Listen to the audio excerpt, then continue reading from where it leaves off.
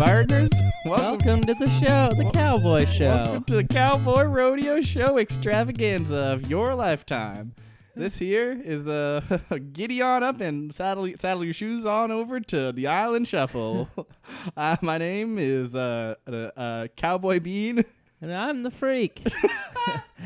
Together, we watched Lost in an order, not conventional order, though. Yeah, totally unconventional. We go really out of the box. We looked at the box, and we were like, we're not staying in this box. Fuck the box. Let's download the episodes. We're downloading the episodes, and we're coming to you live on your MP3 player. Yeah, your on your Zune SanDisk. I like Sansa. Your RCA Lyra. Yes, the RCA 256 megabytes, baby. But don't worry, you can put a mini SD card in there to make it a few more. Man, the RCA Lyra was mine. My first MP3 player ever, and I fucking liked that guy. It was not bad. It was not bad. I liked having a nice little block of plastic. I liked having 50 songs durable. Yeah. One AAA guy. Yeah. And all the buttons on the side. One of the cooler designs for a non-iPod MP3 player, I think. It's not bad. Those were the days. But anyways. 50 songs, baby. If you ask me, these are the days of watching Lost for us. And you know what? We did that again today. Once again, we're back at it. These are the days of our lives. Mm-hmm. The days of our Lost? The lost days of our lives. We lost them to Lost. And today, we watched what is considered to be the prime of the show. Yes. Season 2, Episode 12, Fire Plus Water. Fire Plus Water. So right out of the gate, you're thinking, wait, fire and water, they don't get along at all. They're not very happy with each other. I bet this episode's going to be something else. There must be a disagreement at some point. Then maybe like some kind of elemental thing? I don't know. It really is just who puts fire next to water?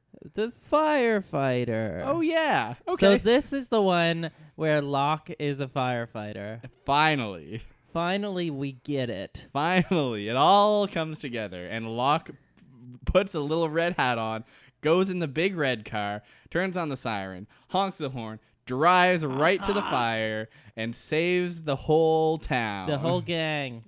Everybody's happy and shakes Locke's hand and says, "Thank you, Mr. Locke." And he says, "Just doing my job." And then Locke goes, "Uh-oh, my hair burnt off." And that's the story of how Locke got so goddamn bald. How he is insanely bald now. He is hairless man. He has not a single hair on his whole supple body. And it is supple. We checked. We can confirm suppality. This is one supple body. The simplicity of the situation. The simplicity. Wow. Simplicity. I feel like Simplicity is a good DJ name.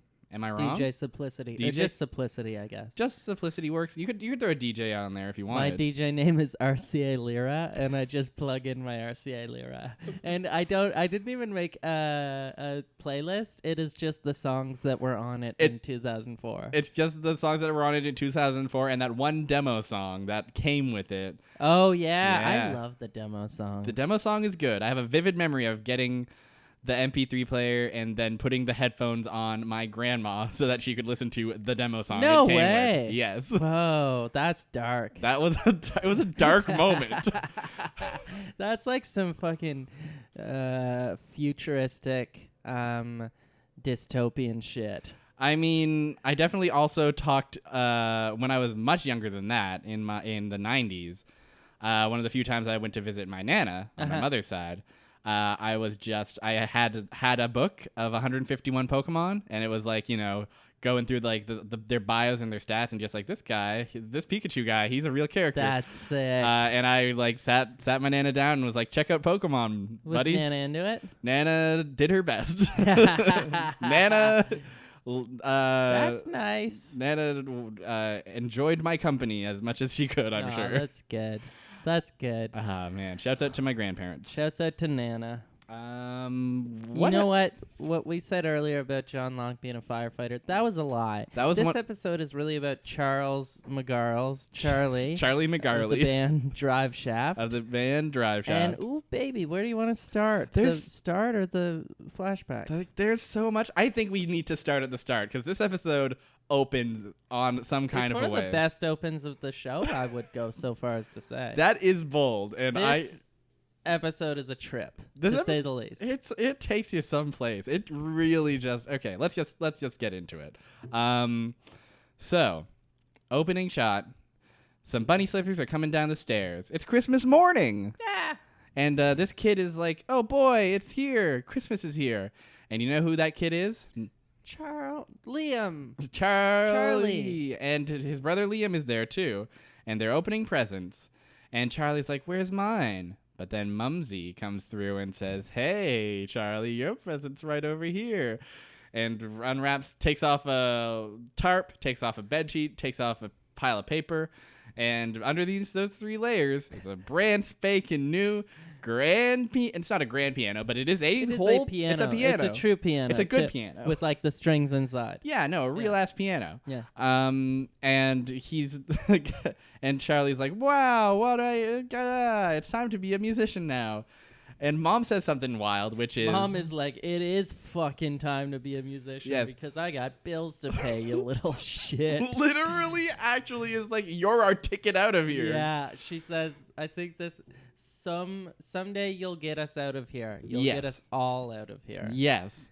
And then the day he got his first piano, Yeah. doesn't even wait to see if he's any good. no knowledge, just like, "I got you this piano so that you could train on the piano." Yeah, exactly. So you can play us out. And then we hear a voice, but it doesn't sound like a kid's voice, and it says, "Yeah, get us out of here, baby brother." And then pan over, and it's not a kid anymore; it's adult Liam.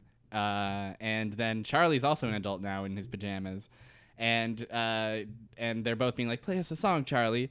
And then suddenly we hear a growl from the kitchen saying, "You'll never play us. You'll never make a dime of that, Charlie." And it's Dad. It's Dad. We don't see Dad's face, but we do see that Dad He's is chopping a lot of meat. He's chopping a lot of meat. He's wearing an apron. He swings the fucking cleaver at Charlie. Yeah, you know how Dad is. You know how Dad is. And then he chops up a doll. Chops a doll. He chops a doll. So already we're like, wow. This okay. is a trip. We're out here, aren't we? We are out here. Lost is starting on a hell of a note.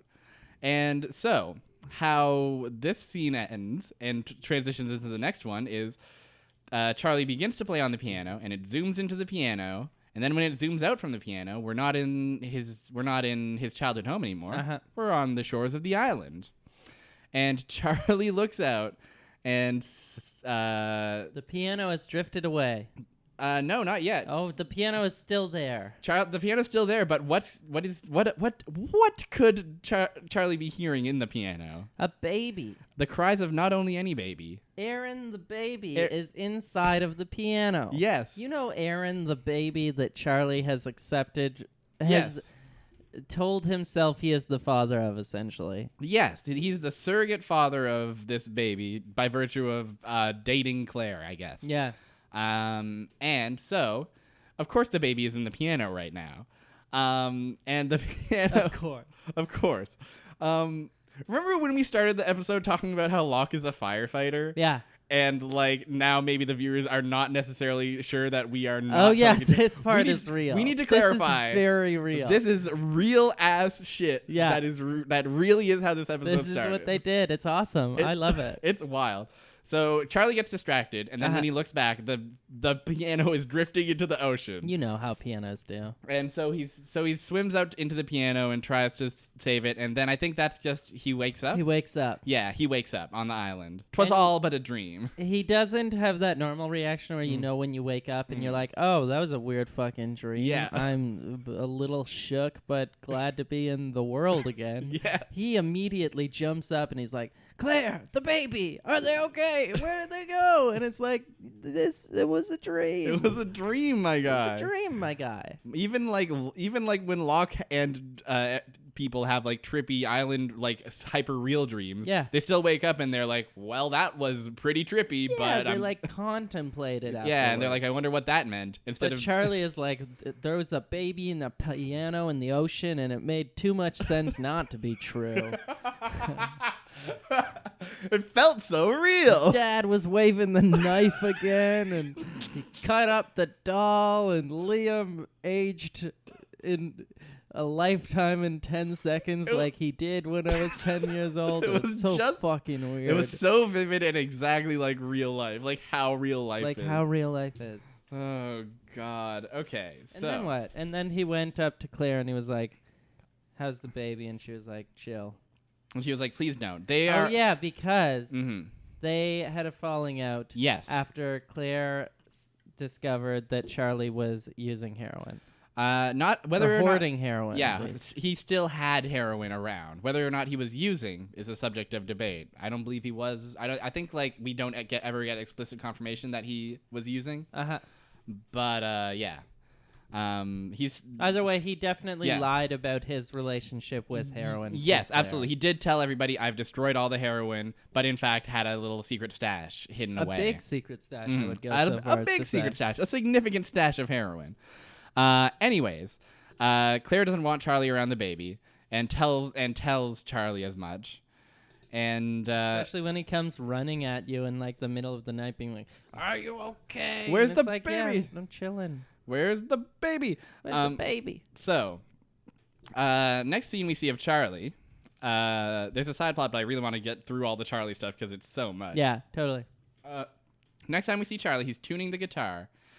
And then once again, what does he hear?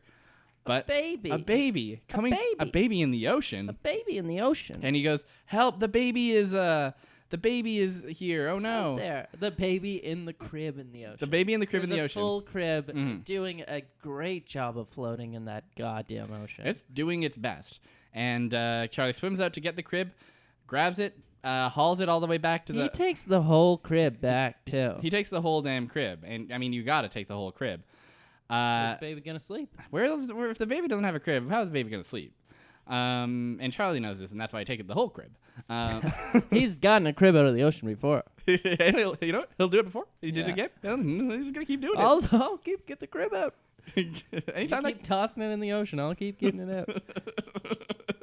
I love when they keep tossing the crib into the ocean. Yeah, you got to toss the crib into the ocean. Definitely my favorite running gag on Lost. Charlie have to go get the crib every time. More of a swimming gag, if you ask me.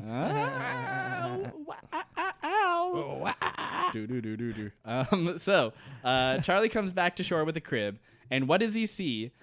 But his mother and Claire posed as like religious figures, like angels. They have halos. It's like there's a crazy filter put on everything. Yeah, they have like the like Instagram painting filter over the whole thing, and they're both like in traditional garb and praying and saying like, save the baby, Charlie. The baby's in danger. You have to save the baby. Have to save the baby. And Charlie's Hurley is Jesus for a second. Hurley comes through the bushes and is dressed as Jesus, and then he says, "Charlie," and then Charlie snaps out of it. Charlie does not wake up. It goes from a broad daylight scene to immediately it's night. And now Charlie is standing at the shore holding the baby. And Hurley's like, "What are you doing with the baby?" Bud?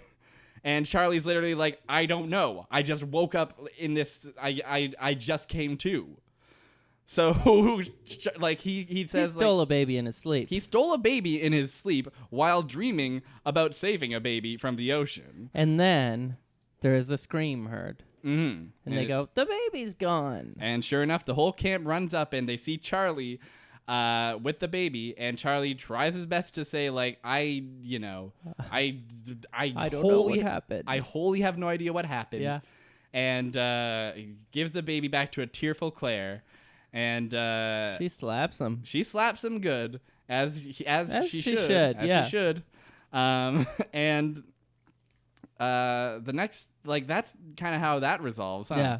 The next scene is Charlie trying to talk to Locke in private, and he's kind of like, hey, I know you've been hanging out with Claire lately. You need to put in a good word for me because listen, I'm doing this all. I don't know what happened to me, but I'm doing this all for the baby. You gotta understand. Locke. Fucking weirdo, Charlie. Locke, you're connected to the island. You know what it is. I've been having these hyper vivid dreams. Maybe you can help me understand what they mean. And Locke is actually very reasonable in just shutting Charlie down and being like, hey, first of all, are you using again? Second of all, you need to stay the fuck away from Claire. Yeah. And that's more or less how that goes, isn't and it? Charlie's like, nah, I destroyed all the heroin. Don't you know? Yes. Don't you trust me, old buddy, old Bill? Yeah, exactly. Charlie, he also does, Charlie does say, I promised I destroyed it all. But then we find out later, no. Not with this guy. Next up, with Locke unwilling to help Charlie, Charlie turns to Echo, who is just strutting through the forest, putting X's on trees. Yeah. And Charlie asks him what's up, and Echo's just like, you know what I'm doing? I'm marking the trees, because these are the trees that I like. Insane. Echo, I was thinking while watching this, and I just want to do a quick little aside. When Echo is on the island, I always do think of him as like a pretty respectable, reverent dude. Yeah. He is straight up a drug lord impersonating a priest. Holy and wholeheartedly. He tells everyone he's a priest. He's not. No. He's murdered so many people and just like terrorized towns for so long. Literally one of the most morally evil characters on the show, probably. And that's probably what they're trying to do is like, oh, look at this horrible guy. Now he's on a path of, being a priest, I guess. Exactly. He's looking for salvation in his own way. It's sort of fucking crazy. It's pretty buck wild. Yeah. How it also like everything we learn from Echo's backstory is like, no, he was a monster until like for the whole time. Yeah, totally. And then he got in one plane crash. And admittedly that would have a profound effect on you, but immediately he's just like, the Lord is my shepherd, baby. Totally. He's holy. He did impersonate a priest for like a year or two beforehand. Yes. But now he's like, oh, now it's real. Which I do like kind of see how that arc makes sense. Yeah. But like also in practice, it's like, whoa, dude. It is sort of crazy. Yeah. It's fucking crazy. Because it's like, this is a murderous warlord. This is a murderous warlord trying to marking off his favorite trees. The trees I like. He's like, these are my favorite of trees. I'll baptize your baby. Yeah. Speaking of, Echo. So Charlie comes to Echo about like, hey, first of all, promise I haven't been using again. Second of all, these dreams are so vivid. What do I do? And Echo says, you ever like, oh, there's some religious stuff to these dreams, huh? You ever think about maybe there's like a message from the divine in there? And so Charlie says, oh, of course, I know what this must mean. And then immediately goes to scream at Claire and the baby and say, you got to baptize the baby. You've got to baptize the baby. The baby's in danger. And Kate is hanging out with Claire and the baby, and she's like, Charlie, no. Like, no, not a good time. You literally stole the baby 12 hours ago. And Charlie's like, Claire, we need to do this. You need to baptize the baby. I've been having dreams. No, you don't understand. I've been having dreams, Claire. Dreams. Oh, my God. You know how dreams are. You know how dreams are. I don't... Here's my issue with this episode. Yeah. It's wild. Yeah. It's completely buck wild in a way that is mostly fun in a present day perspective. But I love the idea of like more characters getting like island prescient dreams or whatever. But like the fact that like nobody even like Locke and Echo don't really like take it seriously. And it's because Charlie steals a baby. Yeah, Charlie just like is off the handle in this episode. Charlie is completely somewhat well, I guess he's having like heroin withdrawals and shit too. I don't know. But he just like he acts so very differently to how every other character ever has to this type of thing. It completely, Like Desmond has a lot of visions where Charlie's gonna die, and he's not like Charlie. Yeah, Charlie. exactly. Like, yeah, that's exactly my point. Is that like I don't know why Everyone's much more tactful. Charlie just like completely blows it and face plants and ends up in like maybe the episode where he's the most hateful, like, or the not hateful. That's not the word, but like most despicable that he's ever been. Yeah, totally. Over the course of the show.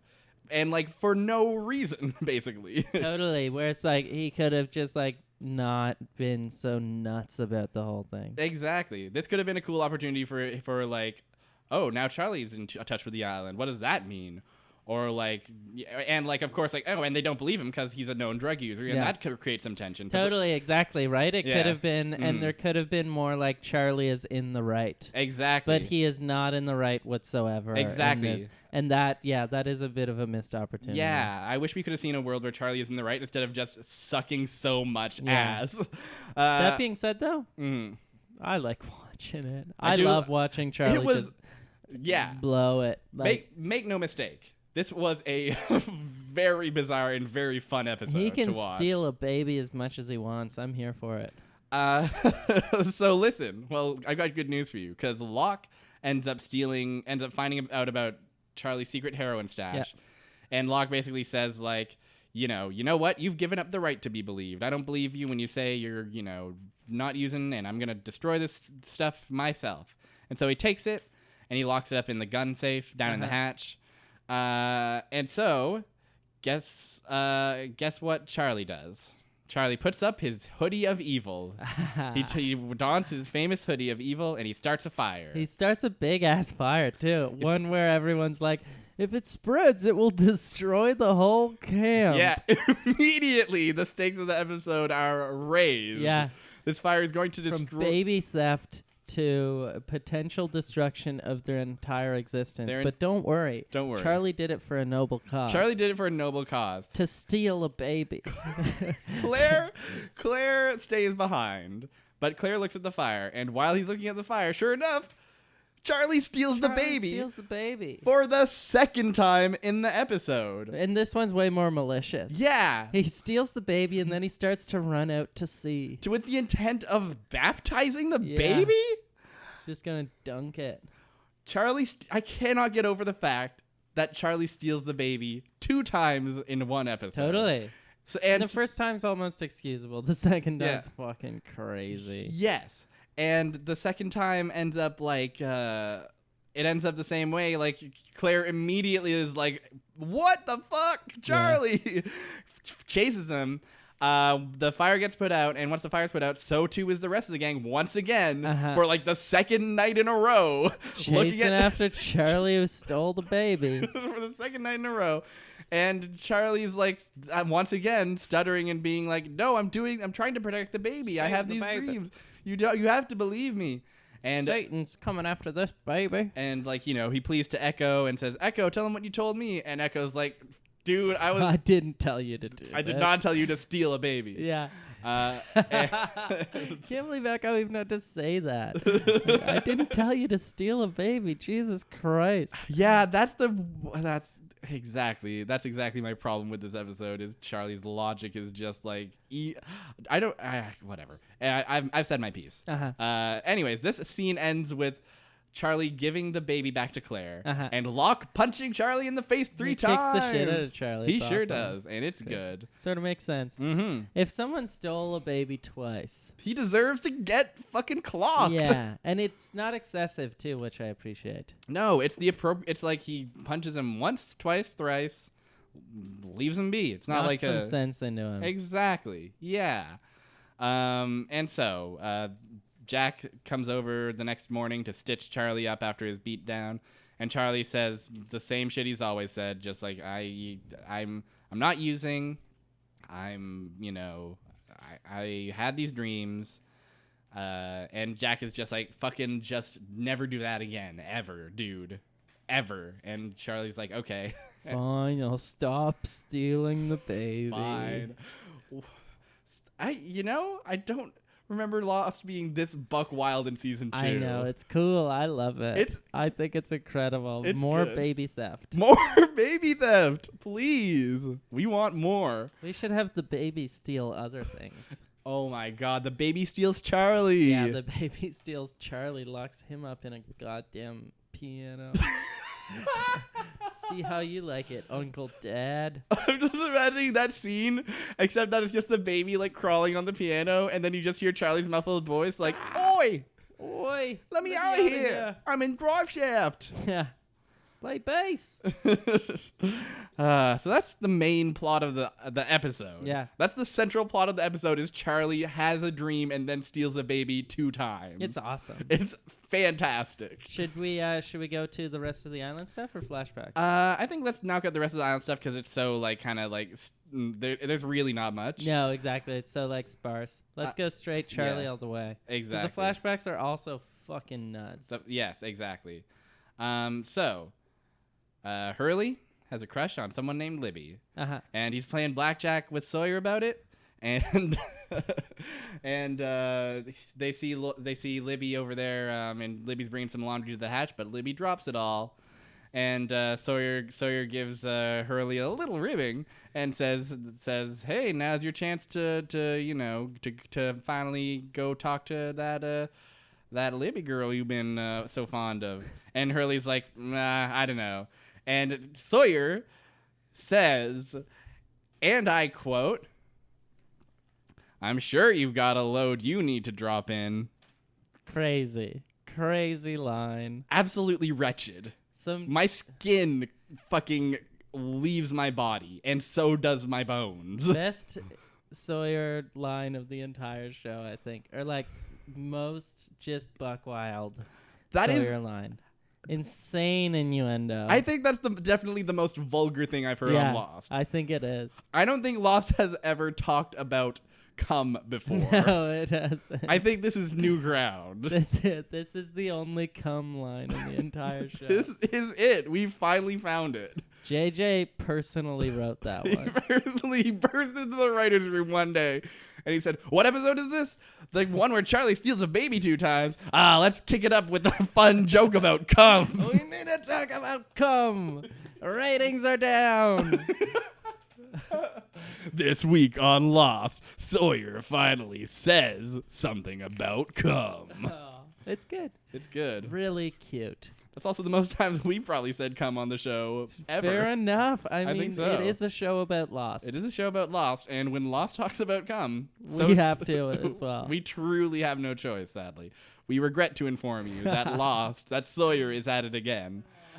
Oh, God. It's wretched. That's the main highlight of the side plot. Yeah. Hurley goes to do laundry with Libby, and they are, they're flirting. Awkward and cute. It's awkward and cute, and Libby tries on a dress, and Hurley goes looking cool, and that's it. That's it. That's the other. That's the other plot. Oh! There's one more scene that we need to talk about before we move on to the flashbacks. Jack and Ana Lucia are setting up a tarp. I think they're setting up Ana Lucia's shelter. And they're kind of chatting. They're talking like, "Hey, what do you know about the others? Everybody here is nice. She seems nice." And hey, and then Ana Lucia says, "So that Kate, you hitting that?" Yeah, another crazy sex line. They're killing it. Someone in the office. You hitting that? Someone in the office really needed to fucking take a day off or something. It was take your kid to work day or something, and there was just 2 14-year-olds in the writer's room. We'll let you write one scene and you write another. Yeah. And then they didn't look at it at all.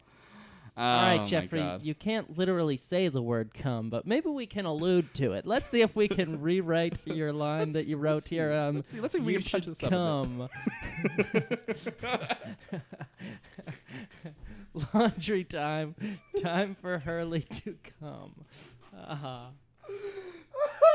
Truly a 14-year-old's magnum opus. Oh, shit. Oh, you hitting that? And Jack responds, "No, I'm not hitting that." Thanks, Jack. Keep it classy.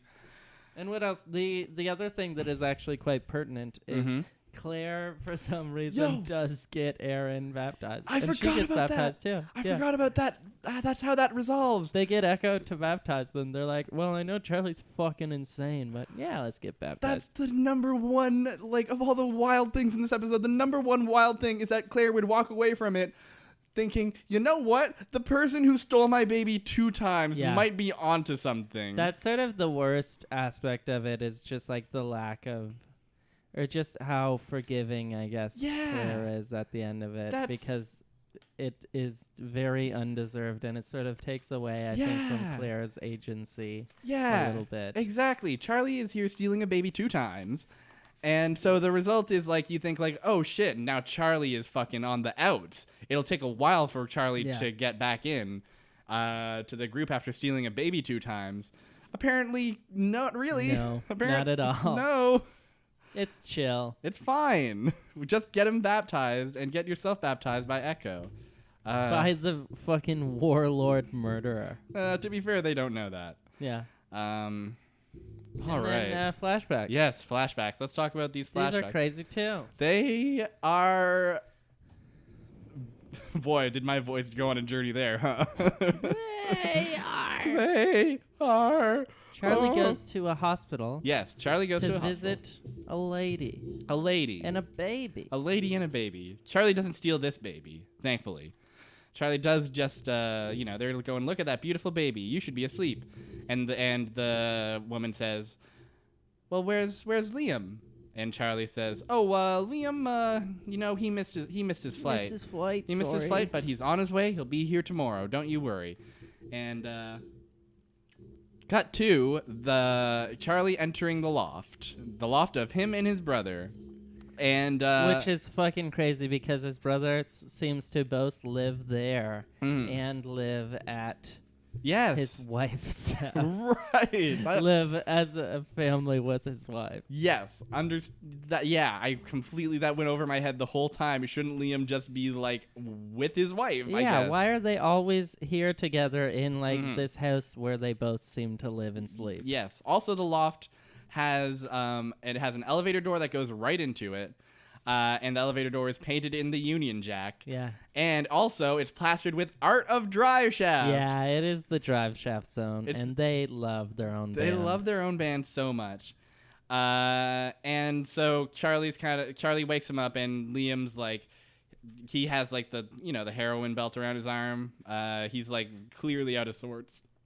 And Charlie's like, come on, get your shit together. You're a dad now. Come on. And Liam's like, I love to do heroin. Yeah, sorry, buddy. I was doing heroin. I know that my child was just born, but but I've got heroin to do. I've got some heroin to do. Yeah. Not chill, but that's just Liam. What are you gonna do? That's just Liam, and you know what? Heroin's crazy. It'll make you do some crazy shit.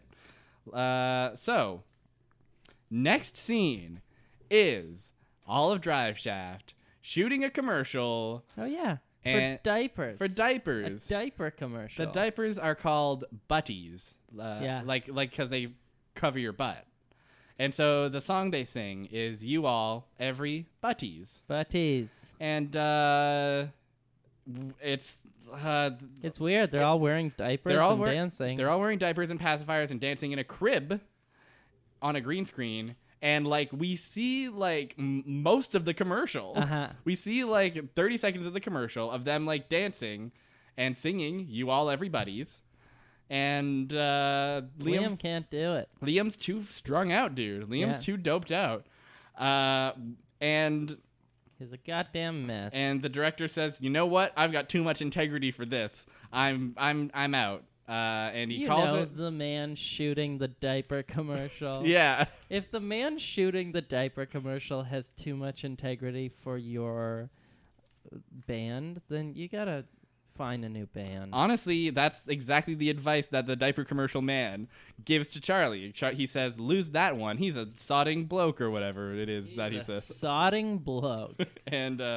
And Charlie's like, never. That's my brother. My brother's my family, and I love him, even though he's a wretched piece of shit. So, Karen, next scene is Liam shows up to the loft and says, "The wife kicked me out because she thinks I'm dangerous." Why does she think you're dangerous, Liam? Well, it's because I dropped the baby.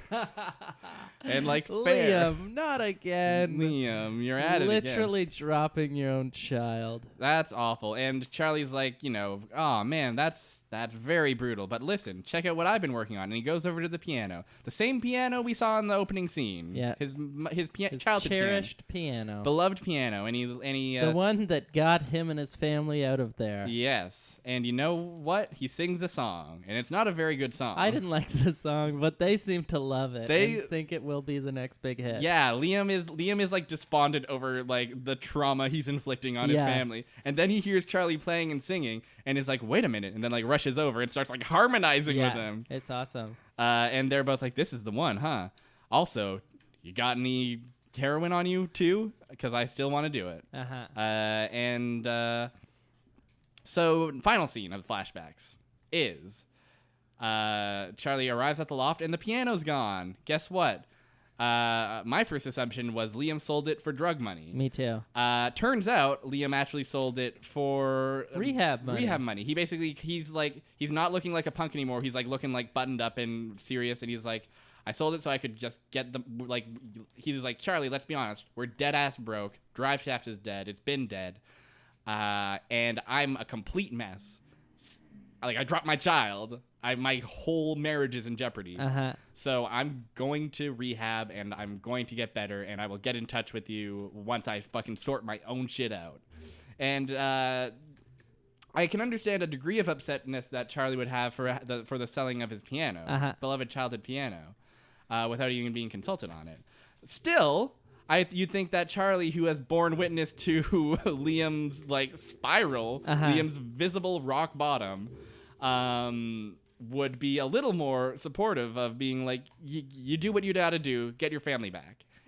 Instead, Charlie's like, what about me? You can always buy another brother. What's that piano, though? Yeah. Piano. You can't get another piano. You can't get another piano. Pianos are irreplaceable. And I get it, though. It's 2 minutes out. He just discovered his piano was gone, so I don't really expect Charlie to be like, all right then, don't worry about it, old buddy, pal. I definitely don't expect that reaction out of Charlie, but he still is like, fuck you to Liam for going to rehab, I guess. That's still whack and weird. Yeah. And that's the note the flashbacks end on. That's it. Yeah. There's this played up sense of Liam abandoned Charlie. Yes, exactly. Which is not quite completely accurate to the situation. Yeah, where Liam was like, it's not there's two paths I can take, and he is going about it in a quite unfortunate way, and it was obviously it's not chill to sell someone else's childhood piano. Absolutely. But it's the sense that Liam is abandoning Charlie. Yeah, it's treated played up a little bit. It's treated like Liam is being 100% selfish in this decision, and Charlie's like, but the band, I just wrote one song. I wrote a song. I just wrote one verse of a song, and you harmonized with me. Didn't that mean anything? Yeah. And the whole flashbacks in this, as wild as they are, they super are not coherent. They're not coherent with an already. Weird. In an mostly already just a way to show people having problems with heroin. Exactly. It's just hey, remember how Charlie... We already are alluding to it in all episode. We need to show you, hey, more heroin. It's happening. Here heroin, it is. still a heroin head. It's definitely I would call this one of the most incoherent episodes of Lost. Yeah, totally. Of the first 3 seasons. Yeah, absolutely. And yet it doesn't hold a candle to season 6. Oh, or no, 5, not at all. But not at all. But it is still on one in a way that you don't normally get out of the season, and in that respect, it's pretty fun. Yeah, I enjoyed it a lot. I'm fine with it. Yes. But again, it's that probably has something to do with the fact that I just don't expect as much as I once did from this show. Exactly. When you let it all go, and then you watch Charlie steal a baby twice, you go, you say to yourself, you know what? You know what? I can work within this. I It's can cool, though. get by with this. I do appreciate that it's just like drama and tension the whole way through. It's like, Yes. There's no higher stakes than stealing a baby twice from a heroin addict. Yeah, you know what they say. What's scarier than one stolen baby? The same baby getting stolen twice. Totally. It's that classic bit. Oh, brother. Listen, hey, we've had fun here. We've had a laugh. And we've enjoyed this fun episode of Lost. What do you say we watch another? We should watch it. Just one more, please. I went on random.org. Mm-hmm. I put in 1 to 121, Mhm. click generate, and we got 53. 53. Well, We're let at me. late season 2 if we haven't seen it already. I would say so. Season 2. Ooh, baby. This is 53 confirmed. Uh-huh. Oh boy, this is season 3, episode 4, early season 3. Ooh. Every Man for Himself. Awesome. And it's a Sawyer episode, my friend. Awesome. Yeah. I can't wait. It's been a while since we've Let's seen get a the Sawyer protagonist back on that fucking screen. episode. I'd be willing to bet that this is the... No, this is... Okay, after this, there's one more Sawyer episode, and then Whoa. that's it. Yeah. We're blasting through them. we're- I'm gonna be sad whenever that one comes. Yeah, it's gonna be a period of mourning. It'll be a We real haven't finality. even watched half of the show. No. And we have almost all the Sawyer episodes out. We have watched all the Juliet episodes. Yeah. That's something. Wow. So yeah, look forward to that next week, my friends. And everybody who listens to the show is my friend. That's for damn sure. Confirmed. Confirmed. Thanks for listening. You can follow us on Twitter at Island Shuffle. You can follow us on Facebook at facebook.com/The Island Shuffle. And yeah, that's about the gist of it. Oh, and we're hosted on noisepace.xyz, which is a fun network that has all kinds of good podcasts, such as Stuck in the Middle with You and Henry Kissinger's Pokemon Going to Die. So listen to those podcasts also if you're sick of hearing us yammer on and on about Lost. So hey, listen, that's the show. And you know what we say at the end of every one of these episodes?